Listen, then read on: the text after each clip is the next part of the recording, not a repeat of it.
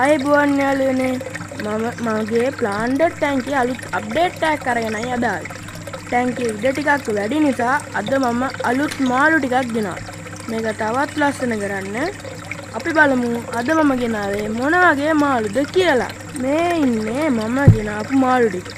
මේ ඉන්නේ ඇල්බිනෝ මලාවි වගේම සුදු පාට මේ කොළ පාට ටැංකියට ගොඩක් ලස්සනට පේනවා.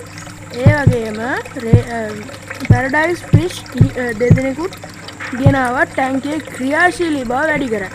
යාළුවනේ මාළු ගෙනාපු ගමන් ටැංකියට දාන්න එපා. මම විනාඩි 15ක් විතර මේ බෑග් එකේ වතුර තියලා තියනවා ටැංකියේ උෂ්ණත්වයට මාළු හුරු කරන්න.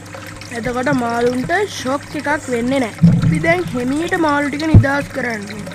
බලන්න දැන් ටැංකියේ තියෙන ලස්සන මම කිව්වා වගේ ඇල්බිනෝ මාළුන්ගේ පාට මේ ග්‍රීන් බෑග්ග්‍රවුන්ඩ් එකට නියමෙට ගැලපෙනවා. ඉතින් යාළුවනේ අද වීඩියෝ එක ගැන ඔයාලා අදහස කමෙන්ට් කරන්න. මගේ මාළු මම දෙන කෑම ගැන සහ ටැංකියේ පාවිච්චි කරන ෆිල්ටර් එක ගැන සම්පූර්ණ වීඩියෝ එකක් මම ලබන සතියේ ගෙන්නම්.